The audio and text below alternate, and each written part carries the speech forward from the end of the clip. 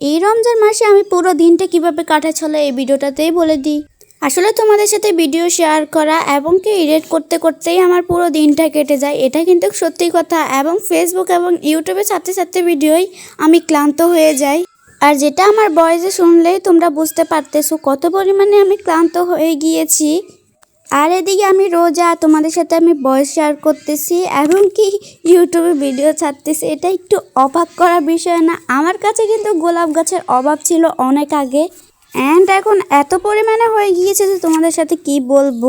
এখন দেখো তোমরা এই গোলাপ গাছটা দেখো, এটা একটু গোলাপি কালারের হয় আর এটা একটু লাল কালারের হয়, মানে গোলাপি আর লাল দোনোটাই মিক্স হয় আর কি। আর এটা সাদা কালারের হয়, আরও অনেক কালারের গোলাপ আছে, বাট তোমাদের সাথে আমি শেয়ার করি না আর কি। সেটা আমার ড্রেস আপ করে না, তবে আমি চেষ্টা করি তোমাদের সাথে অনেক অনেক ভিডিও শেয়ার করার জন্য। আর দেখো দেখো একটা কথা প্রমাণ হয়ে গিয়েছে, এই সময় আমার গাছে পানি দেওয়া উচিত ছিল আর এখন আমি তোমাদের সাথে ভিডিও শেয়ার করতেছি, এটা একটা অবাক করা বিষয় না? আর তোমরা সবাই আমার ভিডিওতে লাইক করো না, এটাই হচ্ছে আমার আরেকটা কথা। তোমরা সবাই আমাকে সাবস্ক্রাইব করে দিও।